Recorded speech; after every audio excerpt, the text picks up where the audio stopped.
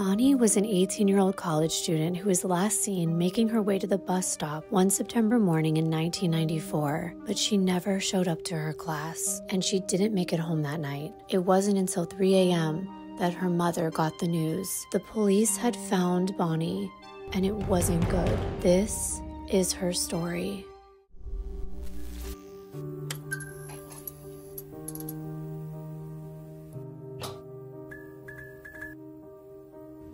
Deep dives. Hi everyone, welcome back to my channel. If you've never been here before, my name is Kimbyrleigha. Nice to finally meet you. And like always, before we get into the story, I want to thank our sponsor for today. I want to thank Vite Ramen for sponsoring today's video. And as a new sponsor, I want to introduce all of you to Vite Ramen. It's healthy, high-protein craft ramen, and I was excited to join forces with them because despite what it may look like, I'm very lazy when it comes to cooking and nutrition. I want something fast and tasty. Vite Ramen is perfect because, let's face it, we are all strapped for time. I know I am, and it takes about under 5 minutes to cook Vite Ramen on the stove, and the Vite Ramen go in the microwave. It's so quick to grab, especially when I'm about to go film. Plus, this ramen is a little different than the traditional boxed or the bagged microwavable versions that you find at the grocery store. It's a healthier version. It has 31 grams of protein. That's more protein than a 4-ounce ribeye steak and comes with complete amino acid profiles, 27 micronutrients in bioavailable forms, up to 7 grams of prebiotic fiber, MCT oil, and ALA omega-3. The creator, Tim, who's quite a character, he graduated at the top of his class in culinary school and he cooked at Michelin star restaurants, but he was obsessed with ramen because it's tasty and quick. The thing is, a lot of ramen that he was consuming wasn't nutritious, and so Vite Ramen was born. There are so many yummy flavors to choose from. Vegan white miso, which is my favorite, roasted soy sauce chicken, vegan Japanese curry, just to name a few. They also have naked nudes, and that is the plant-based high-protein noodles that make up the base of Vite Ramen. And there's actually a really cool story about how these ended up being sold separately, but you can add them to your own ingredients and broth to come up with unique creations of your own. The brand itself is also really cool, and I look for that when choosing who to partner with. Their story, what they believe in, it fits with my beliefs as well. For example, it's ethically made and they believe in people over profit. I literally have a shirt that says that. Most of all, the ramen is really good. I tried it for the first time when they sent me a bunch to try. Thank you, Vite, and my family loved it too, especially my daughter. She likes to come home from school and pop one of the Vite Go cups in the microwave. Click the link below to get a bundle that gives you free shipping in the contiguous USA, and don't forget to use my code KIMBER at checkout for an additional 10% off. That's viteramen.com/Kimber, or just click the link below and use the code Kimber. Once again, I want to thank Vite Ramen for sponsoring this video. Now let's get into the case for today. Today I'm going to be introducing you and talking about Bonnie Christine Craig. She was born in Calgary, Alberta, Canada on March 30th, 1976 to her parents Karen and Gordon Craig. And even before Bonnie was born, her mother loved her so much, and she was anxiously awaiting for her arrival. Bonnie's mother, Karen, met her father, Gordon, while they were in high school, and she got pregnant at 17 with Bonnie's older brother, Jason. She and Gordon got married in July of 1973, and then 3 years later, they had Bonnie. She was her parents' first daughter and the first granddaughter to her grandparents, and everyone was so excited to welcome a baby girl into the family. By the time Bonnie was 3 years old, Karen had split from her father, and he hadn't been a big part of Bonnie's life, unfortunately, but Karen had met someone special who cared about her and her kids, and his name was Gary Campbell. It wasn't long before Karen and Gary tied the knot, and by the time Bonnie was 5, the couple welcomed a son into the world that they named Adam. Thrilled to have a younger brother, Bonnie called him her real-life Cabbage Patch doll. Then just 1 year later, Karen and Gary welcomed another baby, Samantha, and Bonnie's life became even more joyful. Bonnie could dress up her baby sister in princess gowns and jewelry, and that was definitely something that Adam would not let her do. As Samantha grew up, she wanted to be just like her big sister Bonnie, who was 6 years older than her. And what little girl wouldn't look up to a sister that's so caring, always happy and full of life? She was also such a cutie pie with the big blue eyes and the freckles across her nose. Plus, she excelled in all that she set out to do, especially in academics. It wasn't until Samantha was in 3rd grade that she finally figured out Bonnie was her half-sister. She always thought that she had the same parents, and this discovery tore her apart. If anyone tried to point out the fact that Bonnie was Samantha's half-sister and not her full sister, she would reply that she didn't know what they were talking about. Can you relate? Because I can. I have 3 half-siblings, 2 half-sisters, and a half-brother, and 2 stepsisters as well. And yes, it can be complicated, but I see my immediate siblings as my real, complete, whole siblings, just like Samantha did with Bonnie. As a big sister to Adam and Samantha, Bonnie loved looking after them, and she treated them like they were her own children. She was their stability as their world changed quite often, more than most kids. Their new blended family moved a lot for Gary's job. He worked for BP Oil Company. Over the years, Bonnie went to 6 elementary schools and 2 junior high schools. And one thing she became good at was accepting change and learning to fit in with new people very quickly. First, the family moved from Calgary, Alberta to San Francisco, where they lived in the East Bay area. Then Bonnie and her siblings were thrilled because at that point they had a pool in a huge backyard. Following their relocation to California, the family soon traded their sunshine and pools for snow and ice skating in Anchorage, Alaska. Now, this may not be paradise to everyone, but Alaska appealed to the kids even more than California and its constant sunshine. There was just so much to do against a beautiful, scenic Alaskan backdrop. However, they wouldn't get to enjoy it for long because soon Gary's career took them from Alaska to West Texas back to the lower 48. While Bonnie wasn't as happy in Texas as in Alaska or California, they lived in a neighborhood with plenty of things to do for her and her siblings, and they enjoyed it and tried to make the best of their time there. Initially, Bonnie and her family lived in Midland, Texas for 2 years before they moved to Houston, where they stayed in a community called Sugarland for a few months. But it wasn't long before Bonnie's family packed up their things once again to move.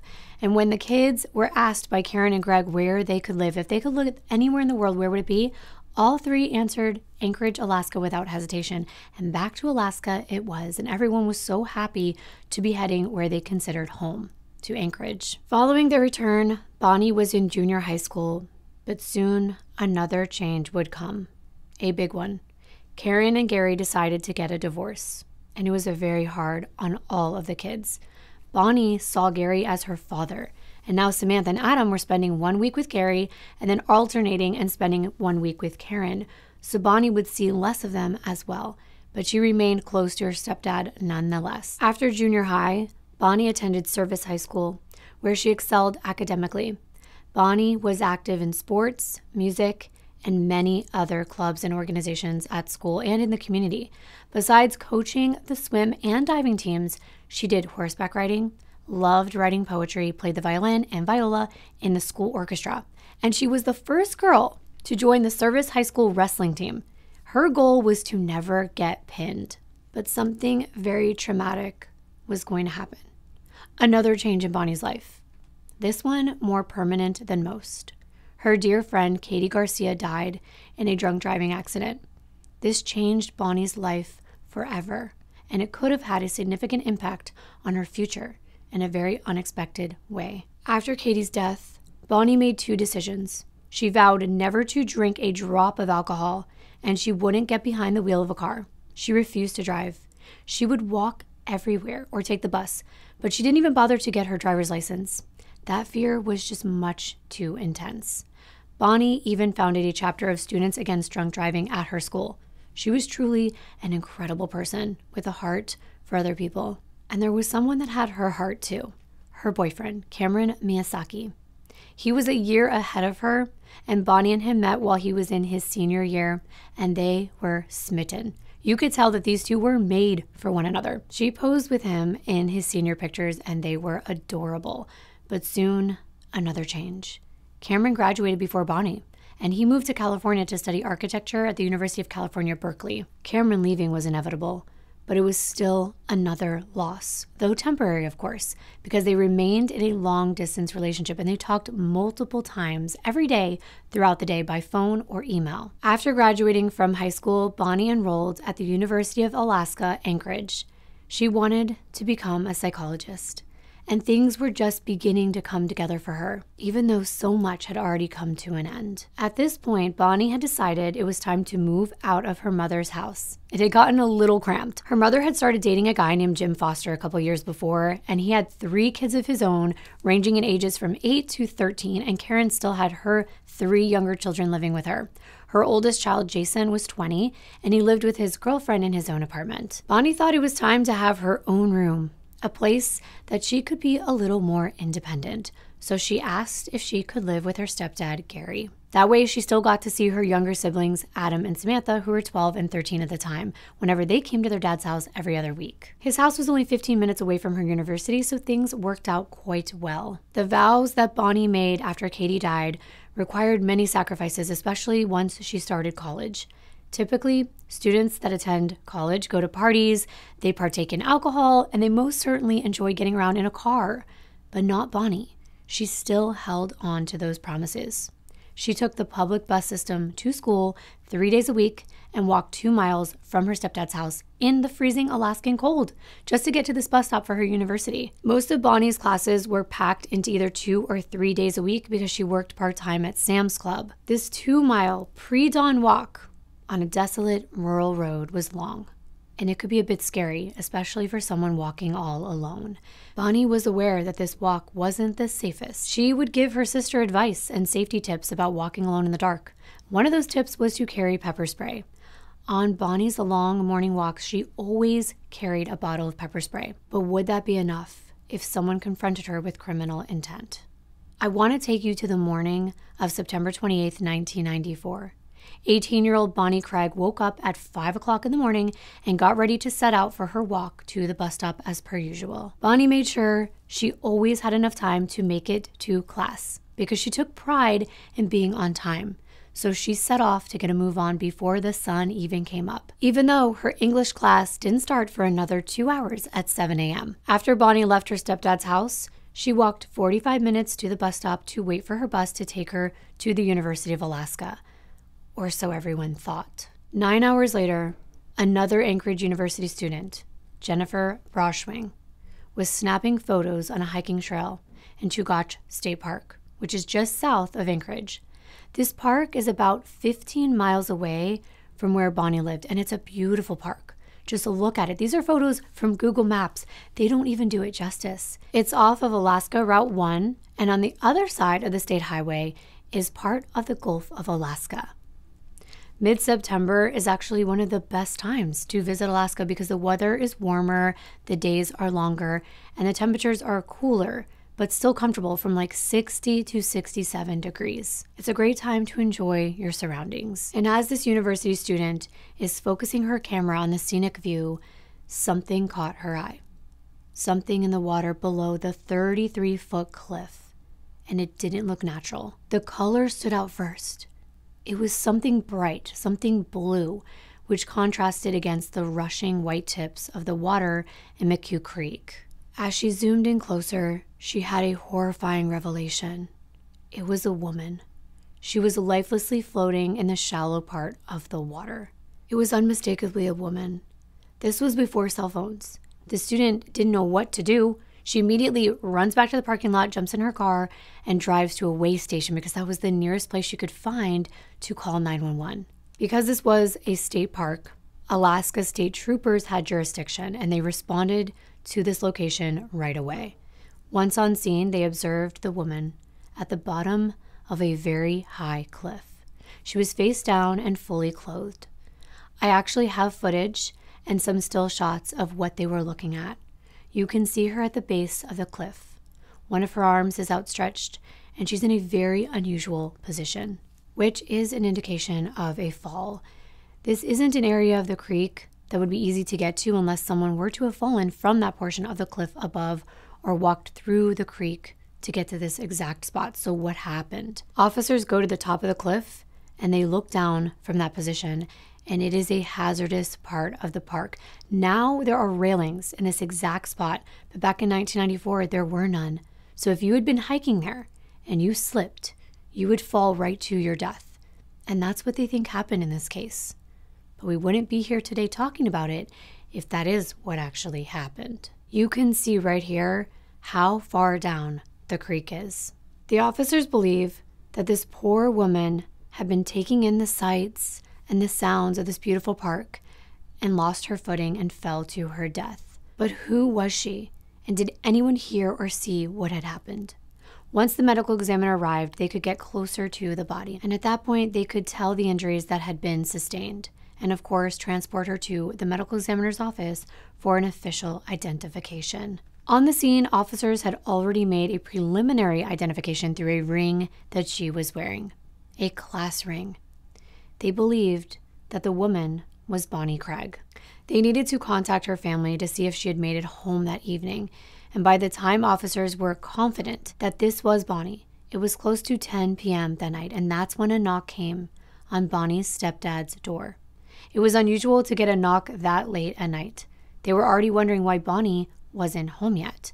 And when Adam and Samantha could see it was an officer, they both gathered at the top of the stairs to watch and listen. When Gary shouted, "Oh my God, not Bonnie," and dropped to his knees, they knew that something terrible had happened to their older sister. Samantha prayed that Bonnie would be okay. Maybe she was just in the hospital. She hoped that nothing serious had happened. However, Samantha's uneasy feelings just worsened when she saw her dad collapse in tears right in front of the officers at the front door. The kids had never seen their father cry. And now they had to inform Bonnie's mother of the devastating news. But there was a problem. She was out of town with her boyfriend, Jim. They were all the way in Florida for Jim's brother, Ken's wedding. What's worse is that they're on a sailboat far from a phone. Karen and Jim had left 2 days before on September 26th on a red-eye from Anchorage to Tampa, Florida. Then they chartered a 37-foot sailboat in St. Petersburg and made their way up the Gulf Coast to St. Mark's, which is a very small port town where Jim spent a lot of time growing up. They decided to make a little vacation out of having to fly so far away for a wedding. This was also a chance for Karen to meet Jim's parents for the very first time. They finally got settled in by Wednesday, September 28th, the same day that Bonnie set out towards the bus stop in the early morning darkness. That evening, Karen and Jim met up with Jim's stepmom, Mary, and his father, who's also named Jim, for dinner, as well as Ken and his soon-to-be wife, Valerie. On Karen's side of the world, everything was great. They were laughing, joking, having a wonderful time. Karen had no idea what terrible fate had befallen her precious Bonnie, and she wouldn't until 3 a.m. That's when there's a knock on the boat's entryway. Who in the world would be knocking on their boat at this hour? Karen asked, "Who's there?" And she heard, "It's Ken." It was Jim's brother. When she slid open the door panels, she immediately knew that something wasn't right. If the time wasn't enough to indicate that, Karen saw the expression on Ken's face. It said so much without him having to say anything at all. Karen asked, "What is it?" And he managed to get out the words. He said, "It's Bonnie. She was in a hiking accident." Now, we don't know Karen, but I've gotten to know her very well through my research. Karen is a strong, intelligent, headstrong woman who knows her children. And the first thing she thinks is that this is ridiculous. Clearly, Ken has his wires crossed. Why drive all this way? It's a long drive to come out to their boat, especially to tell her something like this, because if this was a joke, it wasn't funny. One thing's for sure, in Karen's mind, this must be a mistake. Ken says he's sorry. And she's still staring at him, confused. She said, "Who told you that?" And that's when she sees it. A yellow Post-it note. Ken's holding it in his hand. He stretches out his arm, trying to show her what's written on the Post-it, but she doesn't care. He says, "I'm sorry" again. And Karen's getting more and more frustrated. And then he explains. An Alaska state trooper called him. He told him to get a message to Karen. On that Post-it was the officer's number. So he's stretching out his arm, trying to hand the Post-it to her. She snatches it out of her hand and she says, "Not my Bonnie." How do they know? He explains he doesn't know anything. All he knows is that Bonnie had been in an accident, and they said to have Karen call. There's no phone on their boat. So Karen and Jim, they've got to get dressed, and they walk to a nearby payphone. Karen can hardly dial the number. She's shaking so hard. So Jim takes the phone, he dials for her, and he gives the operator the information that they've been given. She says she doesn't recognize it. And she pretty much tells him, you know what, in kind of a snappy way, it's 11 p.m. Maybe you should just call back in the morning. Well, Karen, already frustrated with a lot of other emotions running through her, she's not in the mood. She grabs the phone and repeats the trooper's information. She basically lets this operator know in no uncertain terms that she had just been told that her daughter died in a hiking accident. That definitely changed the operator's tone. Finally, a Sergeant Mike Mars comes on the line and he says, I'm so sorry. I'm sorry that I have to tell you this, Miss Campbell. Bonnie's body was found at McHugh Creek. She fell off a cliff. She's dead. I'm so sorry. This is every parent's worst nightmare. It's hard enough navigating parenthood. We worry about our kids from the minute they're conceived. And once they're born, it's even harder. I don't know how many nights I stayed awake making sure my daughter was still breathing. Our children are our everything. They're a piece of us. If we lose them forever, a piece of us dies with them. But Karen isn't the average parent. This is a woman who worked as an undercover reserve officer for Anchorage Police Department for the last 3 years. She's tough. Karen has worked on drug-related cases. She's gone through the police academy. She's well-respected and likes a challenge. She's a self-proclaimed adrenaline junkie. She even worked as a reporter at one point. This wasn't her first rodeo, but it was the first time something hit so close to home.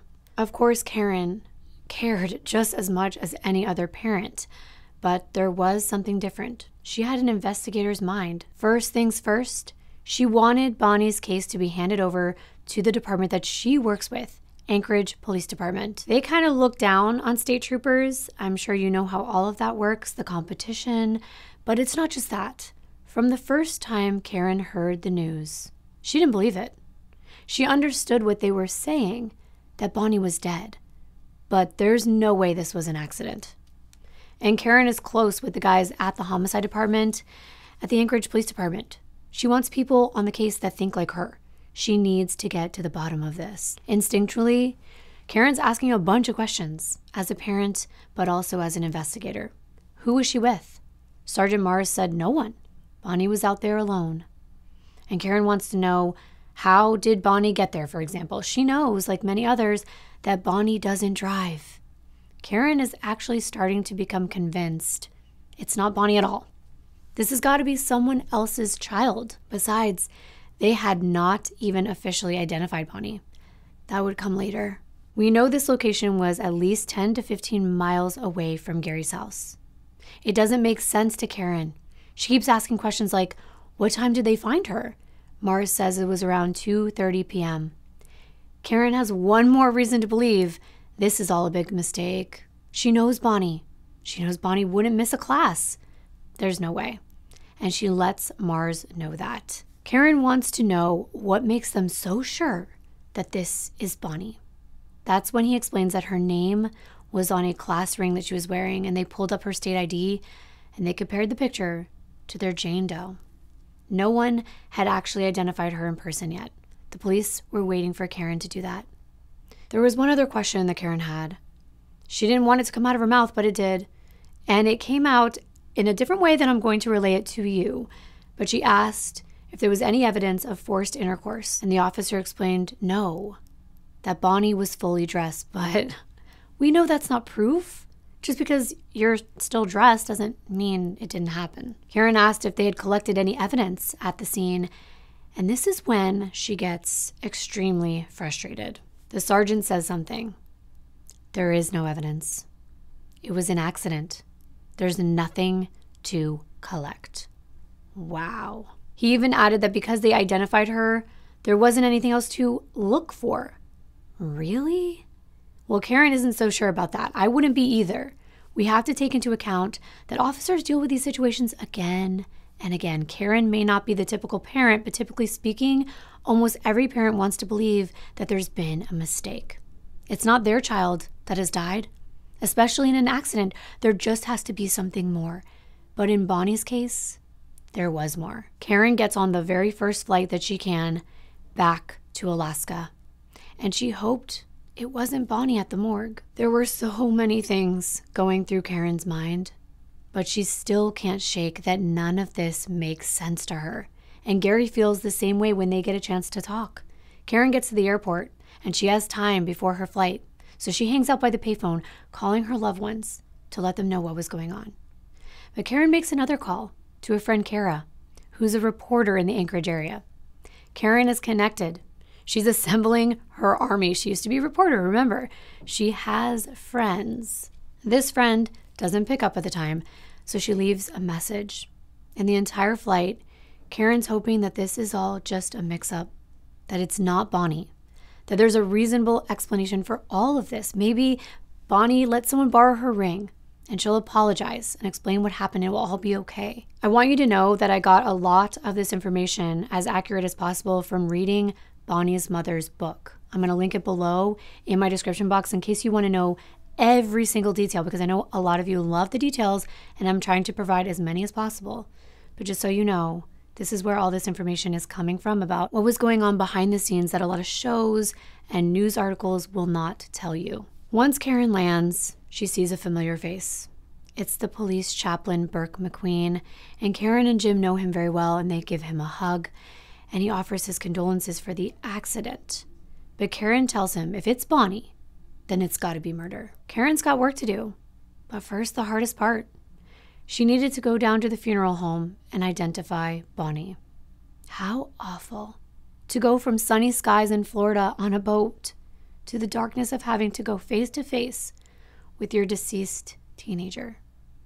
It's unbelievable. But there she was, laying on a gurney with a white sheet on top of her, just like in the movies, except this was real life. They pulled the sheet down from her face.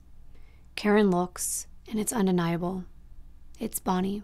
She's frozen in time, just lifeless, but still Bonnie. Now she has her confirmation. But remember what she said, if it's Bonnie, then it's got to be murder. That thought only intensified when she goes down to talk to the troopers at the police department. Karen explains it doesn't make sense.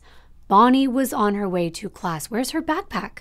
Where are her books? Her pepper spray? There were so many questions, and Karen is about to get bombarded with more from reporters. The local news outlets have jumped on this story. A young, beautiful college student found dead in a creek?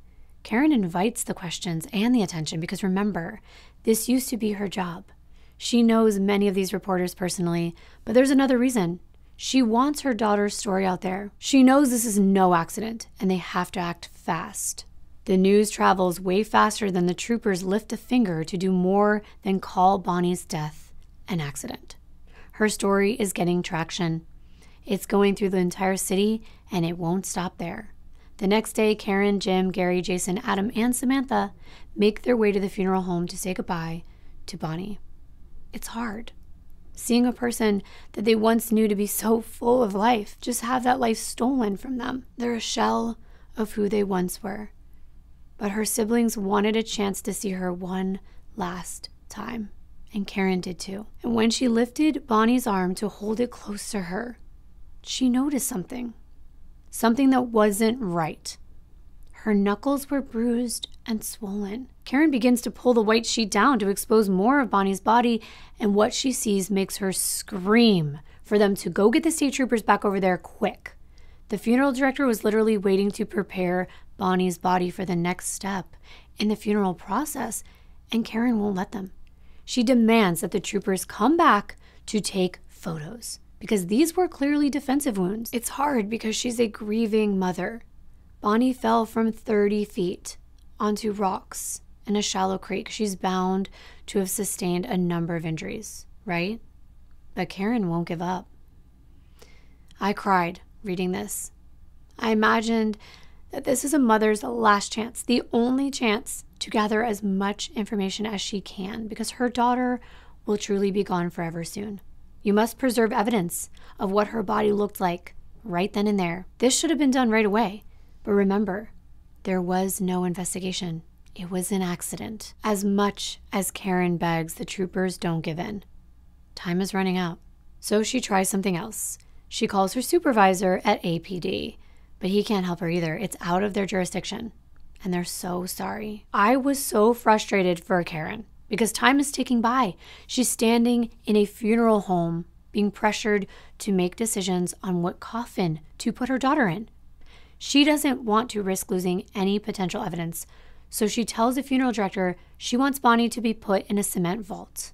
That way, thinking to the future, Karen would be able to have her body taken back out in the event that someone will listen to her and they can collect more evidence. Talking to the media worked, though, maybe not the way Karen intended, or so it seemed at first, because Sergeant Mars calls her down to the station and he gets right to the point. He says, "Don't talk to the media. Stop giving them fuel. Stop calling Bonnie's death a murder." But why? She wants to know what difference it makes. Well, that's when he says something interesting. He says it might hamper their investigation. Wait a minute. Investigation? Wasn't Bonnie's death an accident? What investigation are they talking about? Karen doesn't know anything about that. So maybe going to the media was the right thing to do. It's true. Mars explains that they're just investigating all angles at that point, but still it's a step in the right direction as far as Karen is concerned. It is a little late, though. Next, Mars says he wants her, Gary, Adam, and Samantha to give them fingerprints, DNA, hair samples. But why? Well, they explain it's to eliminate them as suspects, but why the kids? That's what Karen wants to know. Why put them through that? And Mars says this, listen, we really want Gary's DNA, but it will look suspicious if we're only collecting his. So now Karen's head is just spinning.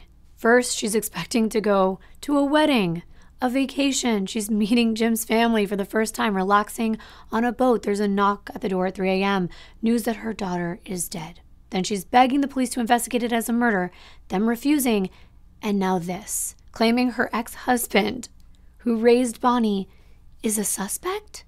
There were so many thoughts running through her head. Could it possibly be? Because he had just had a very weird conversation with Karen about something Bonnie had supposedly said out of the blue not too long ago about where she wanted to be buried. Maybe a reason that he wanted to ship her body so far. Plus, Gary wasn't even supposed to be home the day that Bonnie went missing. That's right. He was on a business trip and he cut it short out of nowhere. And he came home the night before. And it turns out he was upset with Bonnie for being out past her curfew because she was supposed to be watching the younger children. Could he have been mad enough to cause her harm? Before I go deeper down that rabbit hole, I want to go back because things have been going on with the state troopers. Just by looking at Bonnie's body back at the scene the day she was found, they were able to tell that she had been dead for several hours, which meant she must have been hiking before sunrise. And this added to the mystery and the suspicion that there may be more to this story. Now to the cause of death. The medical examiner determined that Bonnie died as a result of drowning. However, she also sustained a number of severe head injuries, which were associated from the fall from the cliff. But could it have been something else? Before her lungs filled up with water, Bonnie suffered at the bottom of that cliff for who knows how long. Well, there were definitely missing pieces of the puzzle. For one, getting to the park before the sun came up meant that Bonnie got there soon after she left Gary's, but how? Someone must have picked her up, but who? Or could she have taken a bus and skipped class? But why? And troopers did find something at the scene. Maybe it wasn't as suspicious at first, since Bonnie's death was ruled an accident, but a trooper named Robert Beatty got on his hands and knees and he discovered a drop of blood the size of an eraser head. It was around 5 to 6 feet away from the edge of the cliff. Blood, where it shouldn't be if this was truly an accident, and according to Beatty, the drop looked like it fell straight down. This means something happened to Bonnie before she plummeted off the side of that cliff. Something that was forceful enough to make her bleed if this was indeed her blood. However, they found no signs of violence or weapons at McHugh Creek. The investigators involved knew it was going to be difficult to solve this case. They knew they must be dealing with a homicide, but they didn't let the media or the family know. And this was a tactic they were using. They imagined that it must be someone close to Bonnie, maybe even a family member or a boyfriend, someone who would be in the circle of individuals that would get info relayed to them. So they refrained from sharing any of that information with anyone. That was why they were upset with Karen for calling it a murder, thinking now the killer would assume there was an investigation and they had wanted to lay low. So now that you know what's going on, let's go back to Bonnie's family. Troopers were finally asking them questions to gain insight into what Bonnie was doing the morning of her death and to look into Gary, since he was a person of interest. There was something even more suspicious than wanting to ship her body to Canada. Apparently, Gary refused to let Karen come remove Bonnie's belongings from his home. He went so far as to put a lock on Bonnie's door so that not even his own children could go inside. Why? It all started when Gary asked Karen where a framed picture of Bonnie had gone. Karen explained she gave it to the troopers. They needed a picture of her. Well, he accused Karen of stealing it, and he got very defensive about giving the rest of Bonnie's possessions over to her. He tells her that Bonnie is his daughter too. Though not biological, he raised her. He's been a part of her life since she was very little, like 3 years old. They had a very close relationship, and Karen's frustrated. She calls up Sergeant Mars for help, but he says he can't intervene. She needs to get a court order for something like that. Then he could assist her. So she does. And Gary's definitely not thrilled when they get to the front door with that court order in hand. He had to step aside. Karen goes in and takes boxes and boxes of Bonnie's things. Later, she goes through everything and picks out things that she thinks might help the troopers with the case, like bank statements and other documents. Samantha and Adam were both interviewed. They were staying at Gary's that week, and Samantha says she heard Bonnie wake up early. It was probably around 5 a.m., but she didn't see her. She said she wanted to get up and look out, but she was just so comfortable in her bed, which she now regrets, because that would have been the very last glimpse she would have had of her sister that she loved so much. Samantha did wonder if Bonnie was in a hurry that morning because it did sound like she was rushing around. But other than that, everything was normal. The confusion surrounding Bonnie's death left her family unsure of what to believe or who to trust. After she died, Samantha began struggling. She struggled in school because she relied so much on her older sister. She shared everything with her, and she was lost without the support of her big sister. When Samantha lost Bonnie, she felt like she lost everything. And at one point, Samantha even lost trust in her own father. There was one night where Gary was tucking Samantha in at night in her bed, and she couldn't help it. She was just 12 years old, and she stopped and she looked up at him and she said, "Dad, did you kill Bonnie?" And of course, he was shocked and he was hurt. And he assured her, "No, I would never hurt your sister." And I just thought how heartbreaking it is that this poor little girl, she had to question her own father. But in that moment, that's all Samantha needed to hear.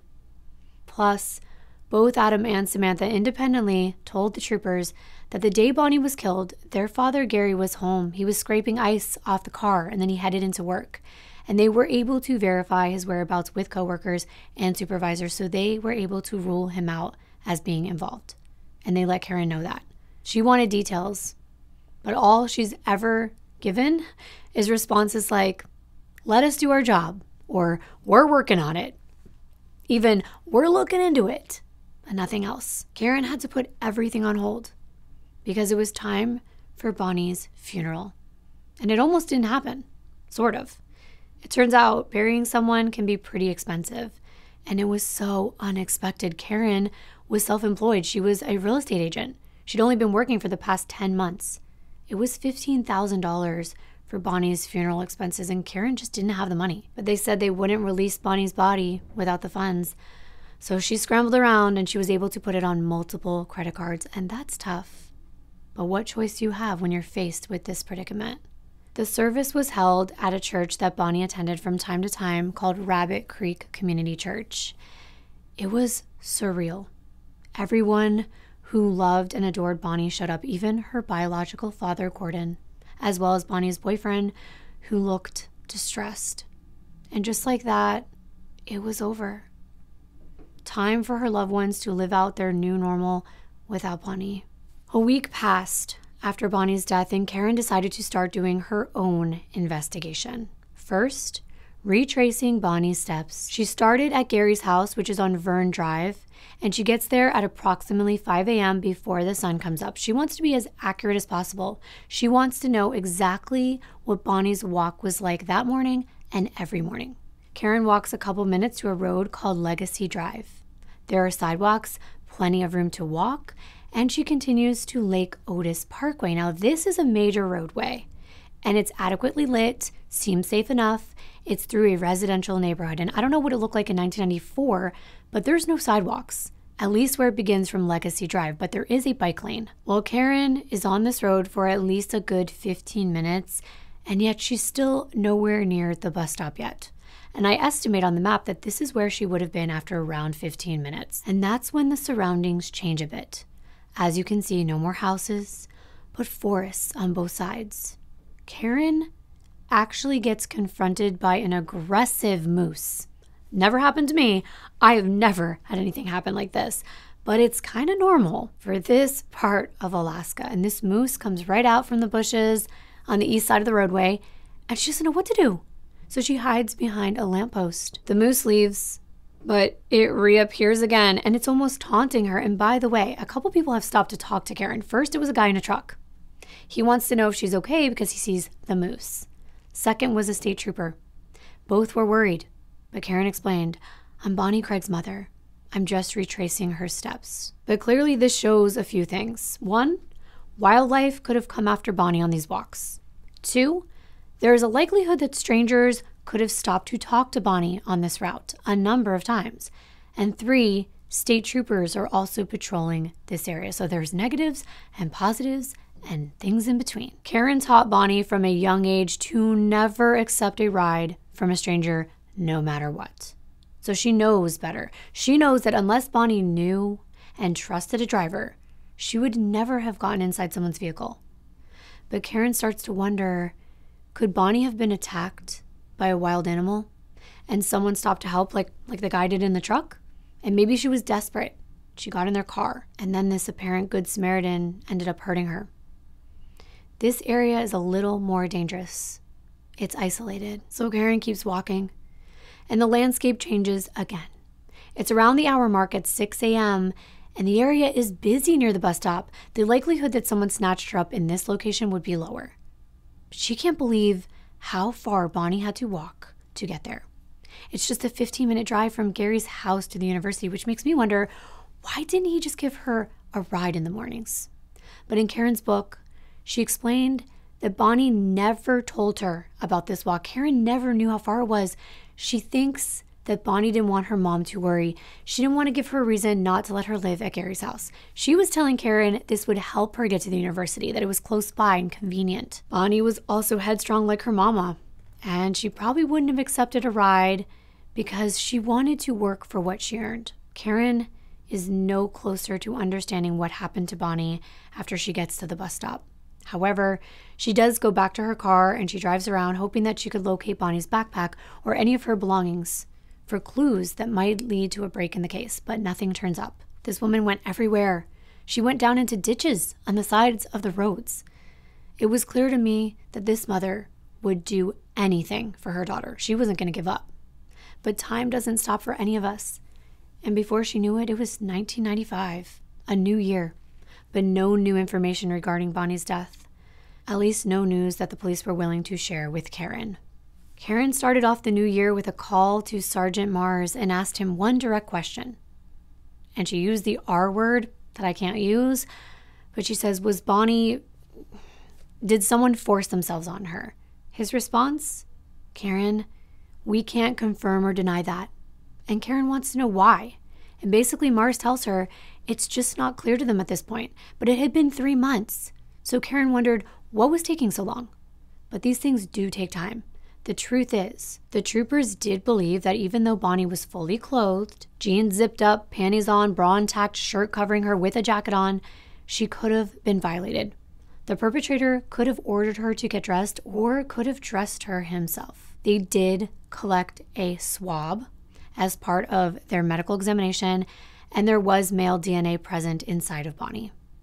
But this information is kept under seal. In California, detectives gathered DNA samples from Bonnie's boyfriend, Cameron. They sent his sample and Gary's to the lab for analysis, and neither one of them turned out to be a match.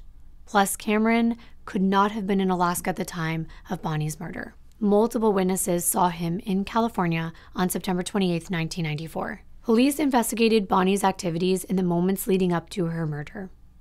Bonnie's last sighting was on her way to the bus stop, the same path she took every time she traveled to school. There were at least 2 eyewitnesses, but there was no proof that she ever got on that bus. They believed that Bonnie was snatched up by her killer while she was walking in the darkness. And she had a haunting, foreshadowing conversation with her younger sister Samantha the night before she was killed. Bonnie told Samantha she was working on an assignment that she had to turn in the next day for her English class at 7 a.m.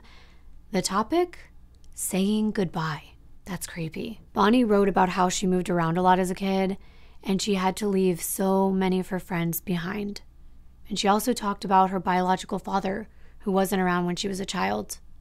Within 24 hours of writing that essay, Bonnie Craig would be dead. Finally, Karen got some positive news in a way. Sergeant Mars calls to let her know that they've made some conclusions in Bonnie's case as far as the medical examiner is concerned. And now they're willing to allow Karen to have access to view Bonnie's autopsy report. It's the second week of January in 1995.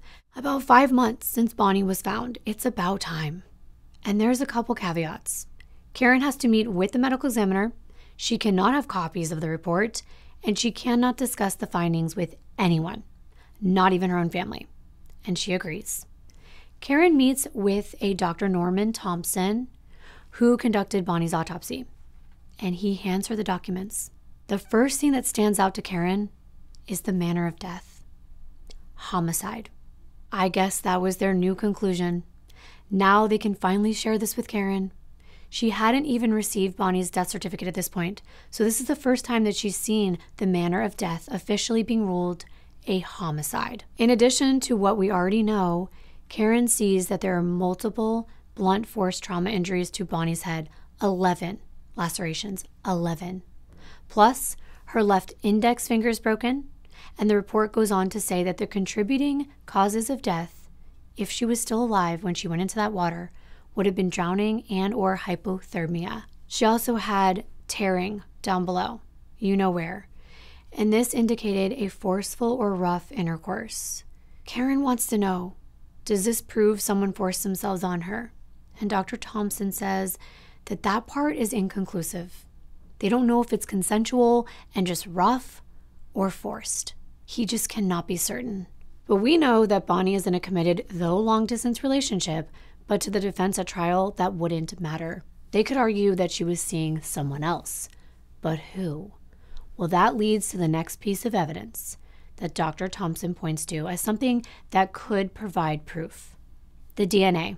And in case you are confused about where they're getting this DNA, it is from the semen that was inside her. If they can link it to someone, they could find out if there was a guy that Bonnie was seeing and question him about his whereabouts, about their relationship, etc. That's the only way to get to the bottom of this. And so far, the state troopers have gathered DNA data from every guy who's crossed Bonnie's path, and none of the samples have matched. Karen knows in her heart it's the killer's DNA left behind, not some random guy that Bonnie was seeing. That just wasn't how Bonnie operated, but they had to prove this. Now the medical examiner hands Karen the autopsy photos, and they're hard to look at. Clearly, the wounds on Bonnie's head were not caused by a fall. Dr. Thompson indicates the areas do not coincide with the position of her body. For instance, the back of the bottom of her head. But the weapon that made these wounds is unknown. This is still all a mystery. That was it for now. Karen has some closure, but she's even more determined to find out who killed her daughter. She makes flyers, bumper stickers. A friend of hers, Sandy Cassidy, even started a group called Friends and Family of Bonnie Craig. They were trying to field information from the public and to keep Bonnie's name and face out there, and the efforts paid off. Bonnie's image appeared on the sides of buses. There were bumper stickers with the words, "Who killed Bonnie?" and more leads come in.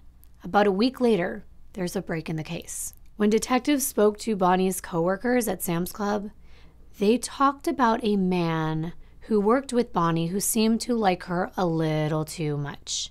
Bonnie had even gone to her supervisor with concerns about this guy. He went so far as to use the company computer to look up Bonnie's employee record and get her phone number. He was calling her repeatedly, despite her request for him to stop. Detectives brought the coworker in for an interview, and they obtained a DNA sample, but it would take time to process. And meanwhile, another coworker was reported acting suspiciously. He failed to attend a meeting at work that was held around the same time that they believe Bonnie was killed. This individual also provides a DNA sample, and now they had to wait. Meanwhile, Jim and Karen have invited Jim's brother Ken and his wife Valerie to visit. It had been 8 months since that 3 a.m. knock came on their charter boat, and Ken informing them of the bad news regarding Bonnie. Jim asked Karen if she thinks she would be up to taking a boat trip, but it would be close by, from Seaward to Whittier. It's something that they used to do all the time, and it would be great to be able to take their guests out and do something. Plus, they could be back within an hour or two if they need to for any reason. Karen's hesitant. It brings back a lot of memories. But all they've done is cry, investigate, and wait, and grieve for almost a year. So she decides it's a good time to at least try to change the pace. They grabbed the couple from the airport and off they went to the marina where their 37-foot Creolock named Sea Monkey is stored. I lived on a very similar style S2 sailboat growing up, and seeing this boat brought back so many memories. So they planned to sail for about a week. It should be nice to just get away, grill some food, drink some wine, enjoy the sights and sounds of the sea. But you'll never believe what's about to happen. On their last day, they're pulling into Whittier Marina, and they radio in. They let the harbor know that they're preparing to dock, and they're informed that the Coast Guard has been trying to reach them, that there's been an emergency, and it's deja vu. Karen is in disbelief. There's so many thoughts going through her mind. Is it going to be another one of her children? But this time the message isn't for her, it's for Jim. The Coast Guard informs him and Ken that their dad had died of a heart attack. And neither one of them could believe it because they had just wished him a 63rd birthday a few days ago and he was fine. Maybe boating is bad luck for them, but this is sad. The last 2 times they're on a boat, they get this news that a loved one has passed. And now they're rushing back, doing the same routine they did before, preparing for another funeral. They say that bad things happen in threes. Tell me what you believe. Once Karen is back from yet another burial, something crosses her mind. Could she have something to do with Bonnie's murder? Let me explain. As I mentioned, Karen had worked for the past 3 years as a reserve officer with the Anchorage Police Department. I had never heard of this before, and you can think of it as being a part-time employee that's on call, someone that they use as a backup for when they need more staff. But reserve officers are subject to the very same standards of performance and department policies as sworn officers. And Karen was used to work undercover operations, posing as someone buying drugs in order to bust drug dealers. This is a dangerous job. Karen had to wear a hood and a mask and conceal her identity, and then she would silently nod at the person who sold her the drugs so they could make a bust later. And according to Karen, she had purchased crack for the Anchorage Police Department 5 or 6 times. She began to realize that her undercover work might have jeopardized the life of a person that she loved so much, her daughter. Someone comes forward, someone close to her, and they have information regarding Bonnie's death. They're convinced that after Karen was involved in a sting that resulted in the arrest of several members of a local drug lords organization, that drug lord had targeted Karen's family. This informant told Karen that Bonnie was probably killed as a message to the Anchorage Police Department to back off. Wow, this could definitely be a major lead. So of course, Karen wants to let Sergeant Mars know right away. And according to her, Bonnie was murdered the day after people she identified as drug dealers were released from prison, making the story seem even more credible. And despite the lengths that the investigators go through to conceal someone like Karen's identity during a drug bust, that's not what happens. Once you're arrested, they can figure out who you were that busted them. Karen's name appeared all over the legal documents because by law, An offender has the right to face their accusers. Karen rushes to contact Sergeant Mars, and he's got news for her too. The DNA tests for both Bonnie's coworkers, they came back as negative as a match. That's even more reason for her to give him all this information that the informant had shared. However, Karen was not satisfied with the response she got. After she provides him with all of the details, he just keeps asking her, where'd you get this information? He seemed more interested in that information than in Bonnie's murder. And she told him, I am not going to give up my source. She promised she wouldn't tell because I think it was someone within the department. So afterward, Karen said that this detective had almost accused her of obstructing her daughter's investigation because she refused to give that name. And in turn, Karen said he refused to investigate even further. But she truly believed her undercover work could be the reason for her daughter's death. They could have killed her by mistake. Maybe they were trying to target Karen. She used to live at that address, and they looked similar. Karen started feeling responsible for Bonnie's murder, but apparently the detectives did look into it and nothing ever panned out. The most important thing is they just had to figure out whose DNA was found inside Bonnie's body. That would lead them to the killer, right? Or close enough. But the CODIS database was a new invention. Its pilot program launched just 4 years before Bonnie was killed. It would not be fully operational until 1998, so unless they had a name, brought that person in, got a sample of their DNA to analyze, they wouldn't find a match. Karen's surviving children, they went through a lot. Not only did they lose their sister, but it was almost as though they lost their mother as well. They did not get much attention. Sadly, Karen's life was consumed with trying to find Bonnie's killer. It was hard for her to focus on anything else. Even if there were brief moments where she had a chance to clear her mind and pay attention to her children, she was always pulled away by something. By June 1995, she had a new cell phone, which meant even more access to news about Bonnie. And Sergeant Mars calls her to let her know they have another lead. An instructor from the University of Alaska contacted the police. It was actually the English teacher from that 7 o'clock class that Bonnie was on her way to when she died. This instructor tells detectives that one of Bonnie's classmates might be responsible for her death. Wow. That's pretty shocking to make such a claim, but the instructor told them that he had written some very strange things about September 28th.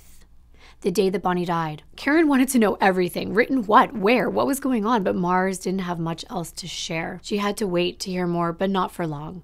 Because just a few days later, she gets a call from an unknown number. It's Bonnie's English teacher. And Karen agrees to meet with her. The instructor provides Karen with this suspicious student's journal. And after reading several incredibly violent writings filled with anger and just terrible things, Karen's convinced that this is the person who killed her daughter. 2 times in the journal, the writer referred to September 28th as a difficult day. He wrote that it was going to be a tough day. It was going to put him to the test. Karen also learns that he didn't show up for that 7 a.m. English class that Bonnie was supposed to attend that day. However, the student did attend later on in the day, and he saw the English instructor. He turned that assignment in late, and the instructor noticed something. His clothes smelled like they had just been washed and that he had poured cologne all over himself. She asked him why he was turning in late, and he said he missed class because he just overslept. But after learning all this, Karen was even more convinced that this was the guy. He was wearing cologne to cover up the smell of Bonnie's pepper spray. I mean, it does sound convincing. Karen also noticed that the writing had become more peaceful after September 28th. But all of this really is super suspicious. This is probably one of the biggest leads yet. Maybe he was driving to class. Bonnie knew him, so she wouldn't have been scared of him. He could have asked her if she needed a ride. They were going to the same exact class. And then he never shows up. Karen calls her kids because she wants to give them the news. She does this every time something new comes up in the case. Then she brings this journal to a forensic psychologist who agrees that the detectives should look into it. Karen tries to give the journal to Mars, but he says, listen, we only go off DNA. And we're already waiting for those results. If we get a match, then we'll look into the journal. And I guess it makes sense because it saves time and resources. But I'm sure it was frustrating for Karen.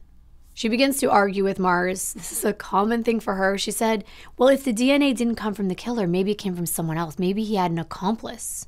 And she's met with the same response, that they just have to wait. And I understand where she's coming from. There have been many cases in the past where there are two people and one person is forcing intercourse, the other person is committing another crime. So I see where she was going with that line of thinking. She's unsatisfied with the detective's work. She starts to look into Bonnie's suspicious English classmate herself, and she found some very disturbing information. Her investigation revealed that he had been charged with battery and bailed out by a friend involved in another murder.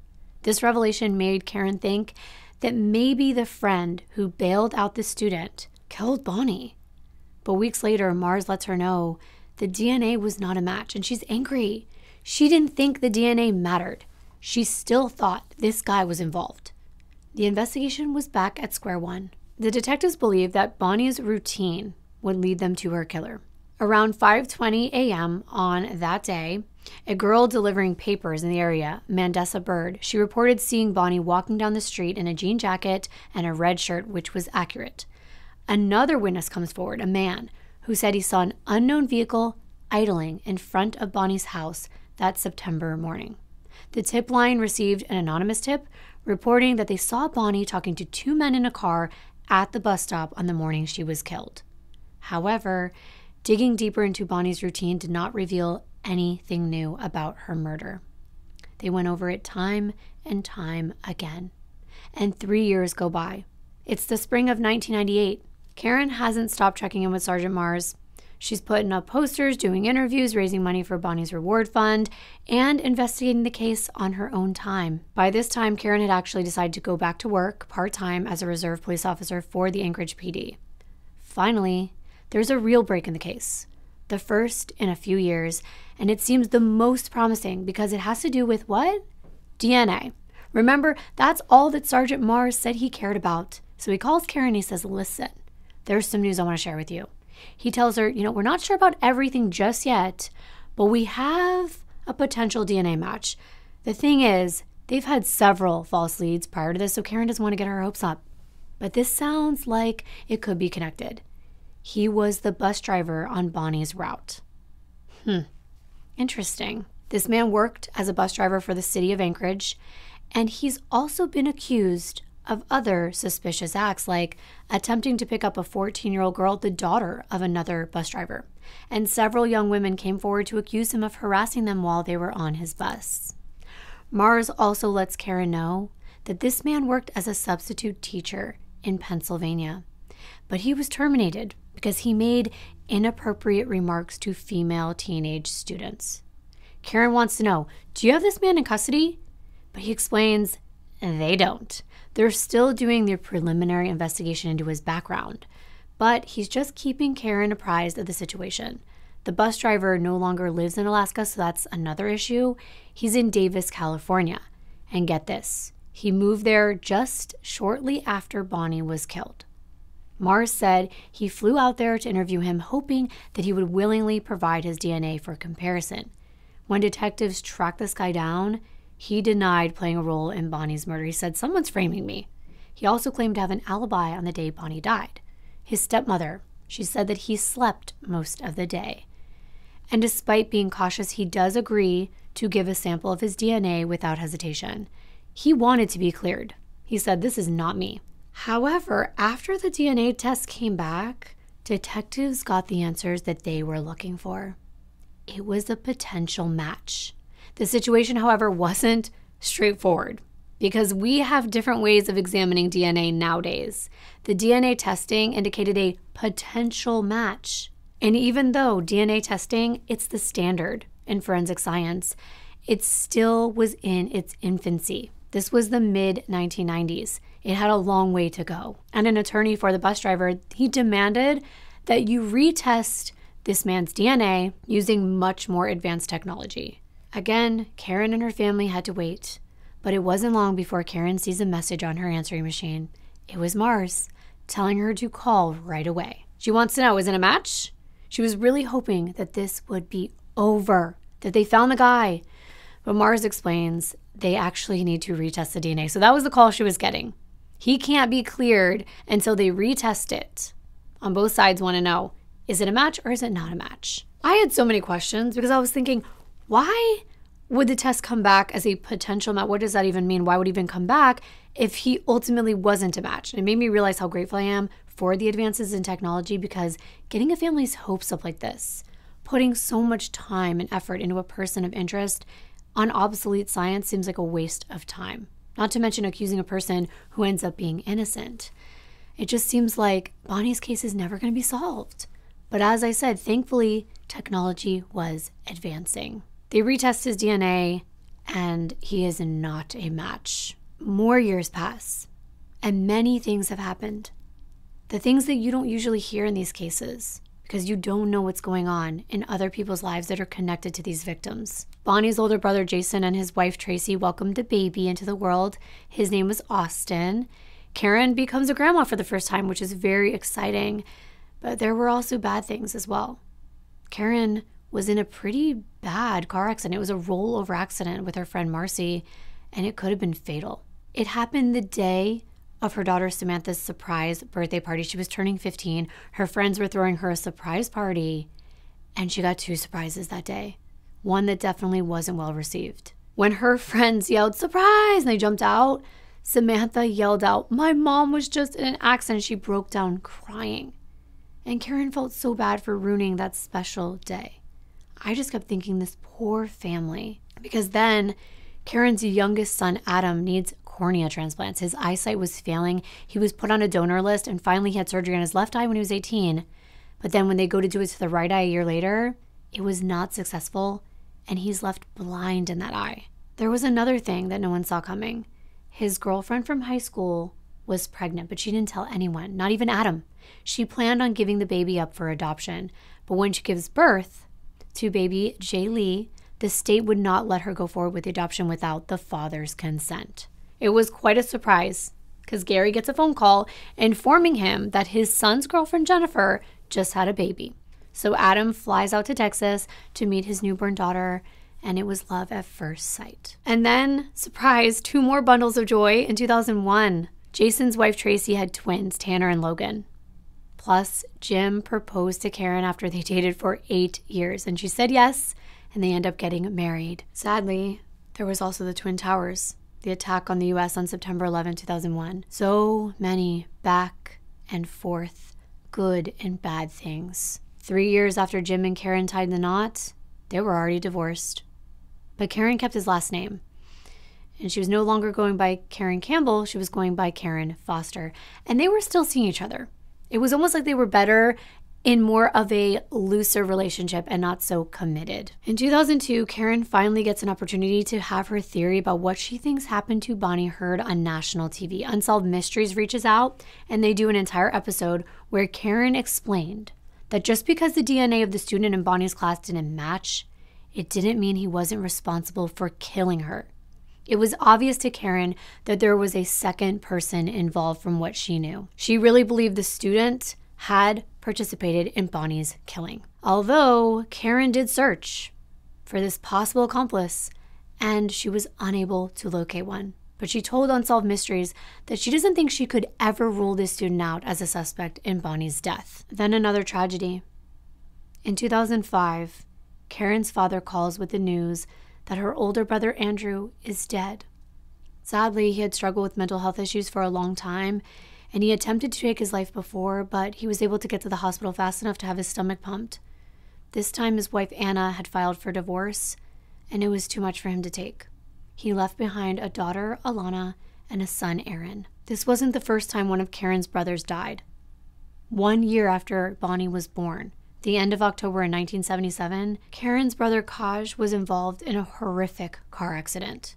It left him in a coma. Karen spent every day with him until he took his last breath. How unbelievably tragic. I just keep thinking, poor Karen. Death has been around her for most of her life, and I feel like she's cheated it a number of times. Even once with her grandson in the woods. What was a nice afternoon turned into bears surrounding them, and she just knew right away to quickly and quietly get out of there, and she never told her son Jason what happened. This poor woman. I would be so paranoid, but it doesn't end there. The next year in 2006, Karen is informed her mother is not doing well. They call it failure to thrive. My grandmother just passed away due to the same thing. It's like they give up. There's nothing to live for, and it's heartbreaking. Everyone around them feels guilty, but there's usually nothing you can do. In Karen's mother's case, they believe it was because she lost her son. Not only one, but two, and a granddaughter. Once she passes, they do conduct an autopsy, and it reveals she actually had cancer that spread throughout her entire body. Like I said, I feel so bad for Karen, but at least she did have something to celebrate. Samantha, who is now 24, was getting married to her high school sweetheart, Ryan. And that's a lot of time to go by. It flew by. And for the new year, Karen decides she's going to take a trip across the country with her friend, Belinda. It's January 5th, 2007. It's been 12 years since Bonnie was killed. Karen opens up her laptop in the hotel on a little island in the Philippines, and she scans her emails, and that's when she sees it. An email from a sender she isn't familiar with, and the subject line simply reads, Bonnie. She said that her heart skipped a beat. By this time, a new team had taken over Bonnie's case. It was now considered a cold case. First, the new investigators went over Bonnie's file to ensure the original detectives had not missed anything. And eventually, an investigator is informed of a potential lead. The investigator's name is Tim Hunyer. This email introduces himself as the investigator with the Alaska State Troopers Cold Case Unit. He tells Karen he's aware that she's out of the country right now, but he had something very important to share. Get in touch with him as soon as she can, because there's been a development in Bonnie's case. Of course, Karen runs to the front desk of the hotel. She calls the trooper immediately, but he doesn't answer. So she leaves a message explaining where she was, that she's going back to her room. Finally, she sees another email from him. It says they have information about a man that is in prison in New Hampshire. They're currently in the process of doing a background check on him, but he wants to tell her about what they found so far. This sounds familiar. Remember the bus driver? That didn't amount to anything. So should Karen get her hopes up?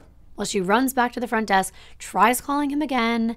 He doesn't answer. Hours go by, then a couple days, and finally another email. He says, Karen, I want you to know that there have been new developments regarding CODIS. Then he goes on to explain what CODIS is, and he lets her know that it is a national database for DNA profiles. It was developed by the FBI, and there are states that are now entering DNA of incarcerated individuals into the system. And during a search of CODIS, a match was made between the DNA from Bonnie's case to someone in the New Hampshire legal system. They did a preliminary background check, and it turns out this man was in Alaska at the time that Bonnie was killed.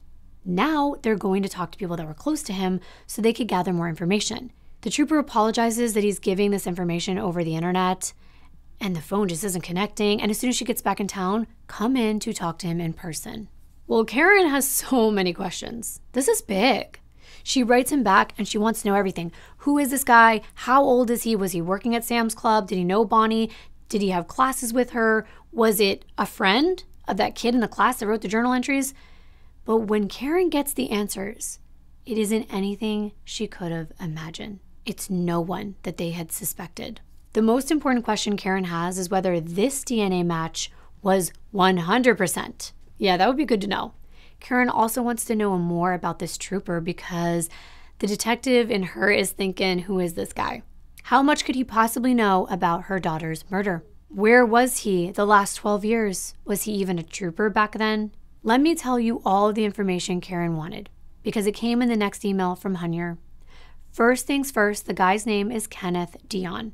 He was born in 1969, which means he's 7 years older than Bonnie. He would have been 25 at the time of her murder. He was incarcerated for robbery, and he was serving between 6 and 15 years. Although this man was arrested in 2003, his DNA was not entered into the database until late 2006. That's why his name had never come up before in connection to Bonnie's murder. And Hunyer was familiar with this case. He actually met with Karen early on. Back then, he was with the Criminal Investigations Bureau in Anchorage, but he transferred to the Alaska State Troopers in 1994. This man came out of retirement to work on Bonnie's case, and he was just assigned to it in March of 2006. By November, he got that match. and now they were in the process of attempting to extradite this man to Alaska from New Hampshire. However, Trooper Tim Hunyer had already interviewed Kenneth. He tracked him down, and he initially played it cool. He was being casual and calm. He was asking Kenneth about his life, education, and his time in Alaska. He didn't want to tip him off. He didn't want to accuse him of anything related to Bonnie's murder right away. Once he was able to establish a rapport with the suspect, then the real interrogation would begin. Kenneth told him he was a 5th-degree black belt in martial arts and ranked 10th in a world fighting competition. Sure he did. He talked about his relationships. Kenneth was married back in September of 1994 when Bonnie was murdered. And although Kenneth and his wife were now divorced, he said that he messed up big time, that she was the best thing that ever happened to him. Hunyer found it strange how Kenneth never even asked why the Alaskan law enforcement officers had flown across the country to New Hampshire to ask him a few questions. Throughout the interview, Kenneth was civil and answered the questions as though he was an old friend of Hunyer's. And according to Kenneth, things spiraled out of control for him once he started doing drugs. His drug addiction led him to commit armed robberies, and he did this to support his habit. And even though he cleaned up and he enlisted in the military for a short time, he was kicked out because he kept doing drugs. He was constantly in and out of prison. And then in 1996, he moved to New Hampshire, where he continued to get into more trouble, and now he's there. During the interview, Hunyer asked Kenneth if he had followed any of the local news when he was living in Alaska, and he said, "Oh yeah, I always did." And that's when he said, "Do you know about a girl named Bonnie Craig?" But the name did not ring a bell for Kenneth, or so he said. Earlier in the conversation, Kenneth told the investigator he was better at remembering faces, so Hunyer shows him a photo of Bonnie. And again he says, "Have you ever met this girl?" Still, he stated that he had never met her. He didn't know who she was. When Hunyer examined Kenneth's body language, though, he noticed something. It changed from relaxed, he had this casual demeanor that he displayed, but then it switched to him seemingly agitated, kind of like rigid and scared and backing up a little bit. Hunyer wanted to kind of make light of Kenneth possibly knowing Bonnie, so he asked, "Well, maybe you guys had like a chance encounter." And Kenneth started laughing. He's like, "With an 18-year-old? No, my wife would have killed me." He actually laughed obnoxiously, and that's when Hunyer had had enough. He finally got right to the point. He said, "Well, one thing about it is later, they found her body dead in McHugh Creek." When Kenneth realized what this investigator was implying, his smirk vanished. He was like, whoa, what are you trying to say? He informed Kenneth that his name had come up during Bonnie's murder investigation, and Kenneth acted surprised. He's like, "I don't understand why. Why was my name brought up?" And Hunyer was like, "Yeah, that's what I'm trying to figure out." He asked him, "Did you travel the state a lot?" He says he's been to Denali a few times with his friends from the military and maybe Valdez. He tells Hunyer that he and his wife used to party a lot, go out there dancing, and because of his cocaine addiction, he'd get in fights at bars a lot. He grew up fighting. That was his whole life. Remember, top fighter when he was 17? And Hunyer's like, "What kind of weapons did you use?" Kenneth says martial arts ones. Things like a sai. It's a prong-like weapon, sort of looks like a fork. He also says he used nunchucks and a 3-sectional staff. Soon, Kenneth was catching on to what Hunyer was trying to do, and that's when he invoked his right to an attorney. And at this point in the investigation was when Hunyer contacted Karen. Now, they were trying to locate people close to Kenneth, and finally, an ex-girlfriend was willing to speak with them. According to Kenneth's ex, he once told her that he could kill someone and get away with it. He said he couldn't go back to Alaska because he had done something there. Killed someone. Fast forward to the middle of April 2007. An indictment is set. No extradition yet, but a pre-trial hearing is going to move forward even if this man wasn't in the state. It couldn't come fast enough. Bonnie's closest family members attend the courthouse. It's completely packed. And the charges against Kenneth are first-degree murder, second-degree murder with intent to cause serious injury, second-degree murder with extreme indifference to human life, and first-degree SA. They couldn't tack on kidnapping because the statute of limitation had already run. It's only 10 years. This hearing was not very exciting. It was just a few minutes at most. The judge is doing it over the phone with Kenneth's legal representation at the time. He asks if he can afford a lawyer. He says no. They tell him one will be appointed to him, the basic things. And then they set up a pretrial conference for Halloween, October 31st, 2007, and a trial date for December 17th. Karen and her family are like, wait, what? That's all we got? They were left wanting a lot more. And they get it. Soon after Kenneth's information was public, the media went crazy with it. Additional facts come to the surface, like the fact that Kenneth was in jail just 2 months before Bonnie's murder. However, he was out on parole when she died, and back in jail only 2 months after she was killed for violating his parole. Wow. And while he's out, like many criminals do, they commit a heinous crime, allegedly. And Kenneth's no stranger to crime. He's had 18 convictions, 10 misdemeanors, and 8 felonies. This man had never gone a full 12 months without committing a damn crime. Well, except for a 3-year stint from 1999 to 2002. This is a bad dude. And after all this information, Karen becomes a lobbyist for change. Had Kenneth's DNA been put in this database sooner, Bonnie's murder wouldn't have taken this long to solve. At the time, there were only 6 states that collected DNA upon felony arrests. So Karen, she presents legal arguments to Sarah Palin at the time to change the law, and in 12 days, they were able to get a bill passed and signed into law June of 2007, as it should be. Now there are 28 states that have joined the list of collecting DNA samples from suspects who have simply been arrested on a felony offense. After Kenneth Dion was extradited, he filed several pretrial motions, as many of them do, which stalled this case for years. Karen said that this was an unbelievably hard time for her and her family. Every time they had to go to a hearing or they go to the courthouse, it was like Bonnie was killed all over again. As soon as a wound would appear to scab over, Kenneth would rip it open again. But finally, he did face a jury in an Alaskan courtroom in May of 2011. Think about all the time that has gone by. This courthouse was packed every day. There was standing room only. The assistant district attorneys were Paul Miovas and Jenna Gruenstein, and they knew that Bonnie's murder was most likely going to be a very challenging case to win. The DNA from Kenneth did not 100% prove that he forced Bonnie to have intercourse with him or that he killed her. Their DNA evidence only proved that Kenneth had sexual contact with Bonnie before she died. Aside from this DNA evidence, the state didn't have much else to offer. They had no murder weapon, no motive, and no witnesses. When Kenneth enters the courtroom and he's having his handcuffs removed, onlookers get a clear view of his knuckles. And across one is a tattoo that spells lost, and on the other one, the word soul, a lost soul. That's exactly what he was. A lost soul who found an innocent young girl and did horrible things to her. The trial began with the prosecutor's opening statement. The first thing that comes up is a beautiful picture of Bonnie's face. She's smiling. And Miovas says, "Ladies and gentlemen, this is Bonnie Craig."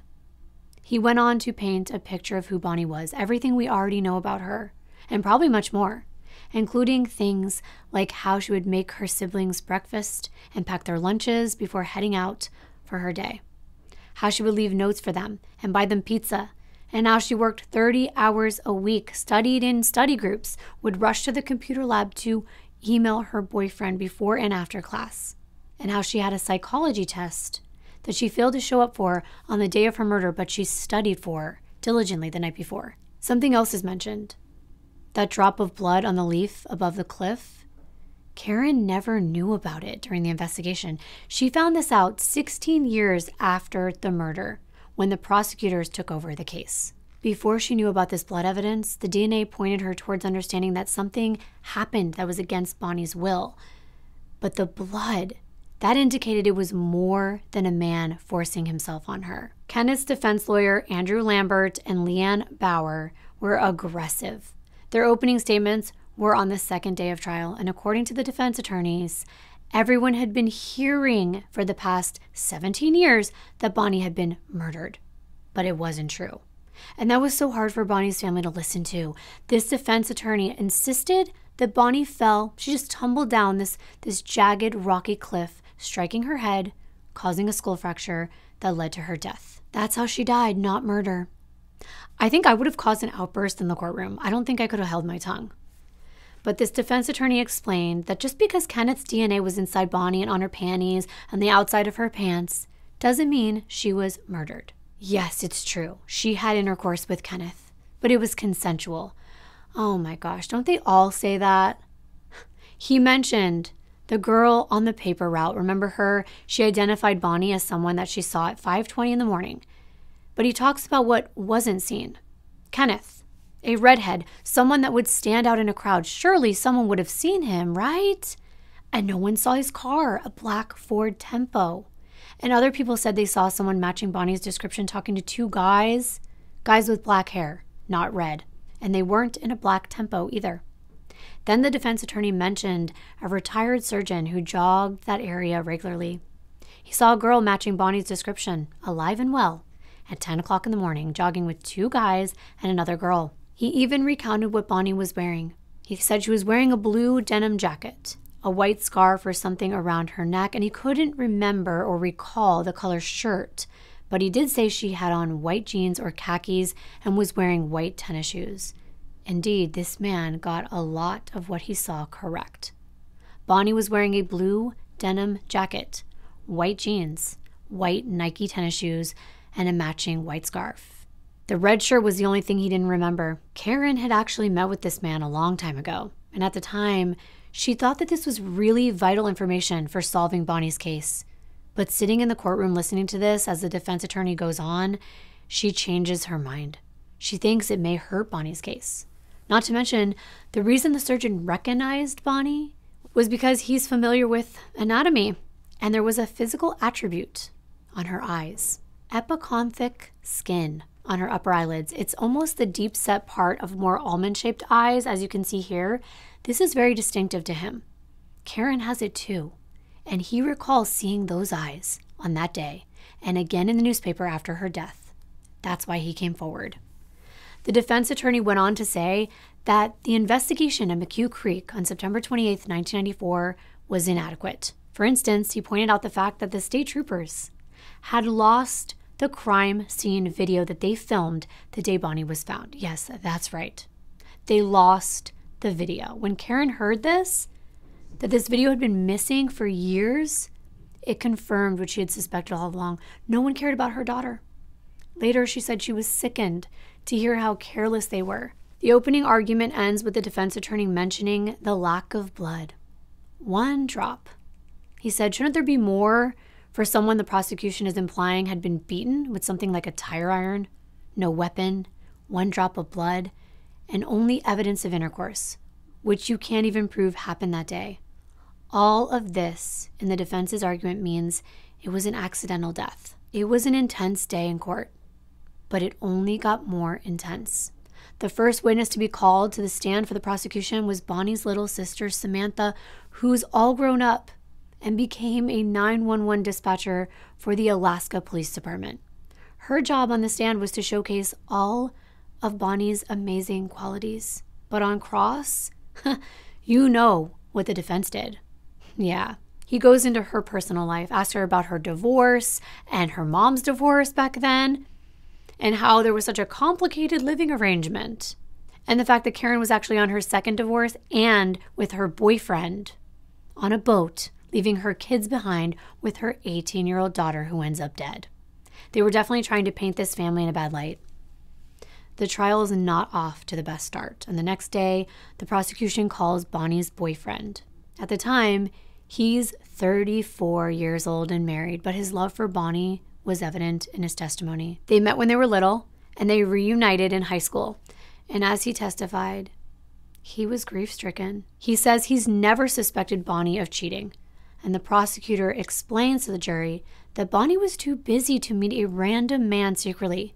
She worked at Sam's Club. She was a student at the university. So why would she take time out of her busy schedule to have an affair with a married father with a newborn and a drug problem? They lived in two different worlds. They would have never crossed paths. Bonnie would not have had random intercourse with Kenneth Dion. But on cross, The defense attorneys point out that Cameron didn't know about times that Bonnie exchanged numbers with other men, or a time she played pool with boys until after midnight. Yeah, like normal stuff that teenagers do, but they painted it as though there was something going on behind Cameron's back.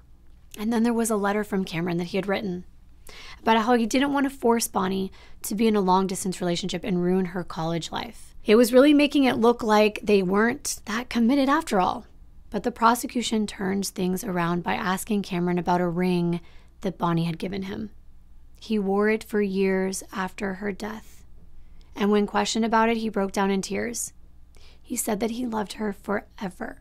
Well, the defense attorney needed to remind the jury how so many people have secret lives that no one knows about. And after Bonnie's best friend Lynn Witt testifies about how much Bonnie loved Cameron and how committed they were to one another, the defense still roots into her over this late night pool game that they played with these 3 men in the Army, especially since one of the 2 besties ended up dating one of these men, Lynn. She went on to get into a relationship. So what about her BFF Bonnie? Lynn insisted Bonnie wasn't interested in any of these men. But the defense attorney ends with the fact that Lynn wasn't with Bonnie on the day she died. So she can't say who Bonnie was with, can she? She was like, no. He's like, you can't tell me whether Kenneth did anything to her, can you? She's like, no, I can't. The idea that Bonnie was involved with Kenneth doesn't make sense. Even Kenneth himself scoffed. Remember that? He laughed when Hunyard merely joked about it, about there being a chance of an encounter with Bonnie. Remember he was doing that interview?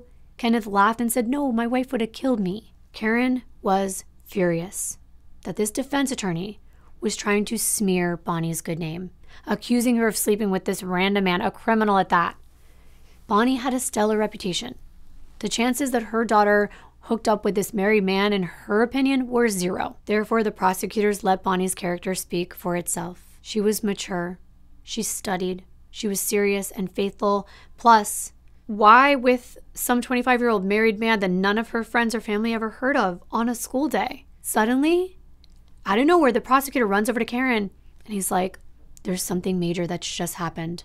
And I'm thinking, oh my God, not again. But it's a good thing.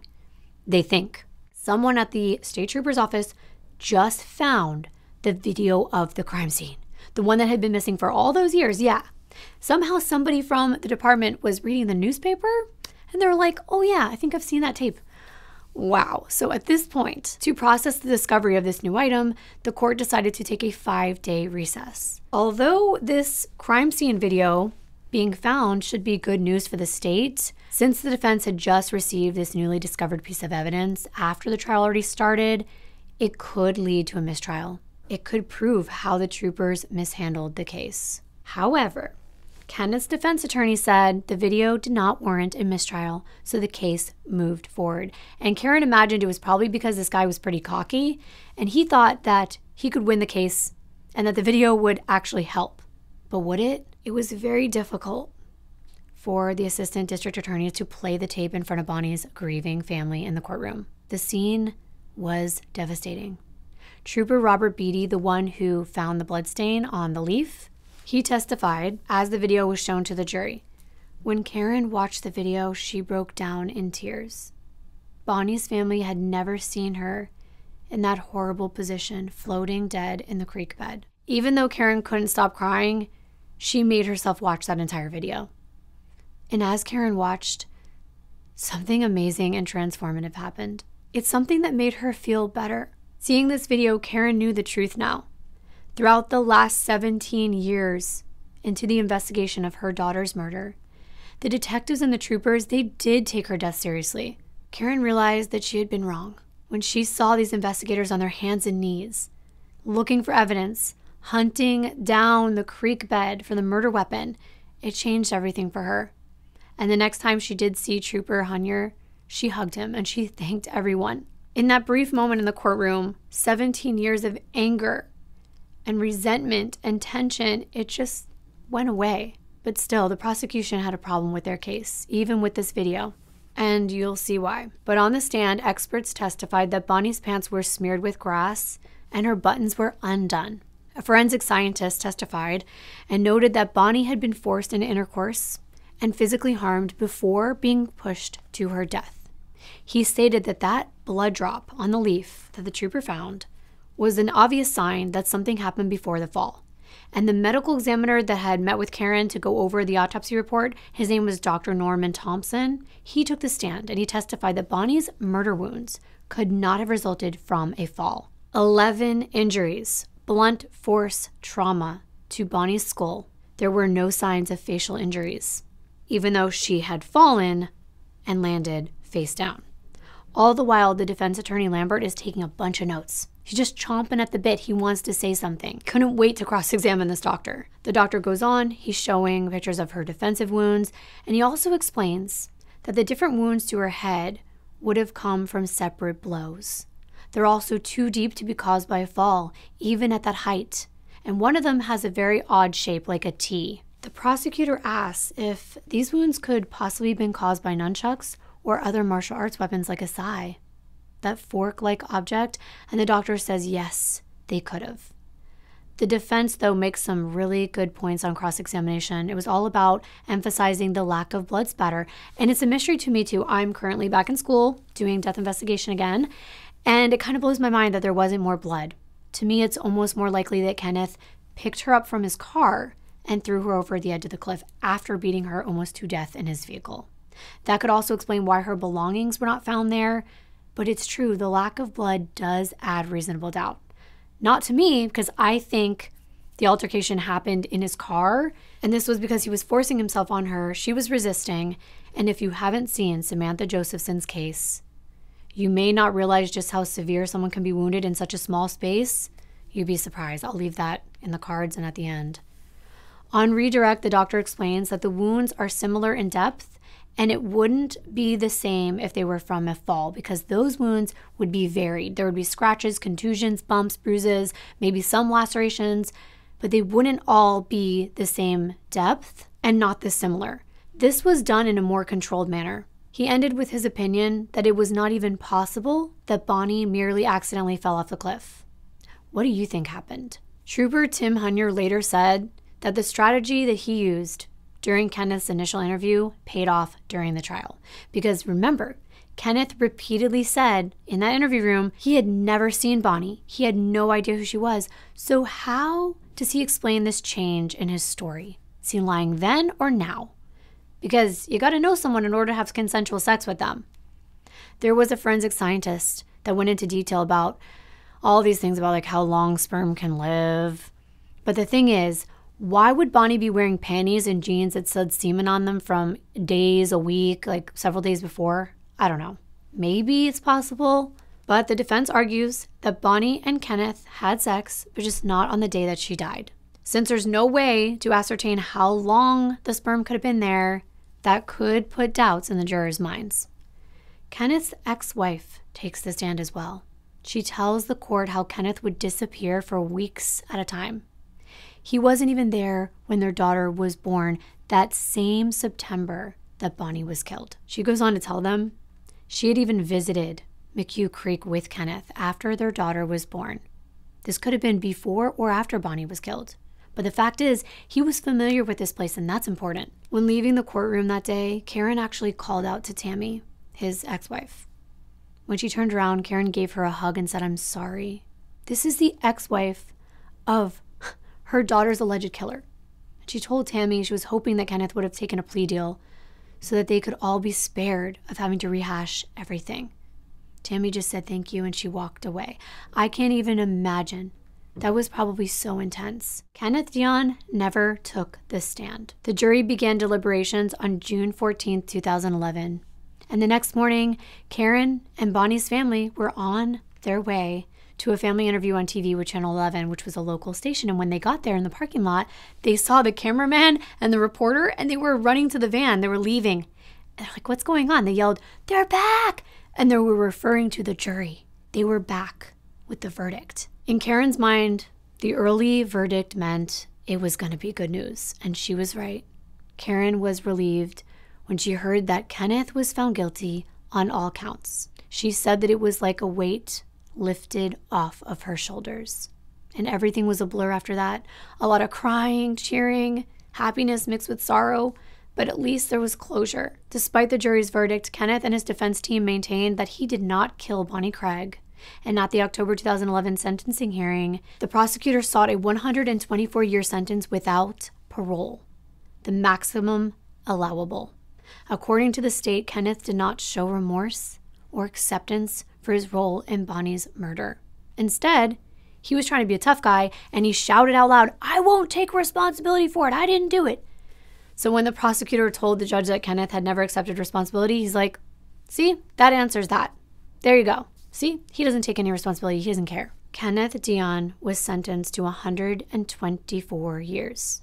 He will, however, be eligible for parole at 80 years old. Even though Bonnie was mature for her age, responsible, aware of her surroundings, and armed with pepper spray, she was a strong girl, athletic, a former wrestling team member. But somehow, she was still overpowered by Kenneth. We will never know exactly what happened to her in that early morning in September on her way to class. But we do know that her death changed everyone's lives around her. As I mentioned, her sister Samantha went on to be a 911 dispatcher. Her brother Jason got his degree in paramedics. And he said after what happened to his little sister, he spends a lot more time with his own family. And he always emphasized that that is the most meaningful thing in his life. And he hopes his daughters can be like their aunt, but that the heartache never fully fades away. And Karen still can't believe Bonnie isn't here with her. It still shocks her that anyone would want to harm her sweet and kind daughter. Bonnie Craig's memory was honored with the creation of a homicide reward fund. This fund was set up to encourage Alaskans to come forward with information about 4 cold cases of young women. And Karen says that the purpose of this fund can be expanded so that they could cover other unsolved murders if it's approved by the board. All I have to say is a lot of things, but I will say this at least. This case haunts me. It really does. As a mom, and knowing everything that this family had gone through, everything Karen had already been through in her life, we tend to forget the ripple effect of someone's murder. I want to thank all of you for listening to Bonnie's story and to Karen's story. And don't forget, if you want to read her book, I read it on Kindle. It is a very good book. It goes into her feelings. Someone who has lost someone. It's almost like I'm sitting there with Karen. So I highly recommend reading it. It's only about 269 pages. You can read it in one sitting.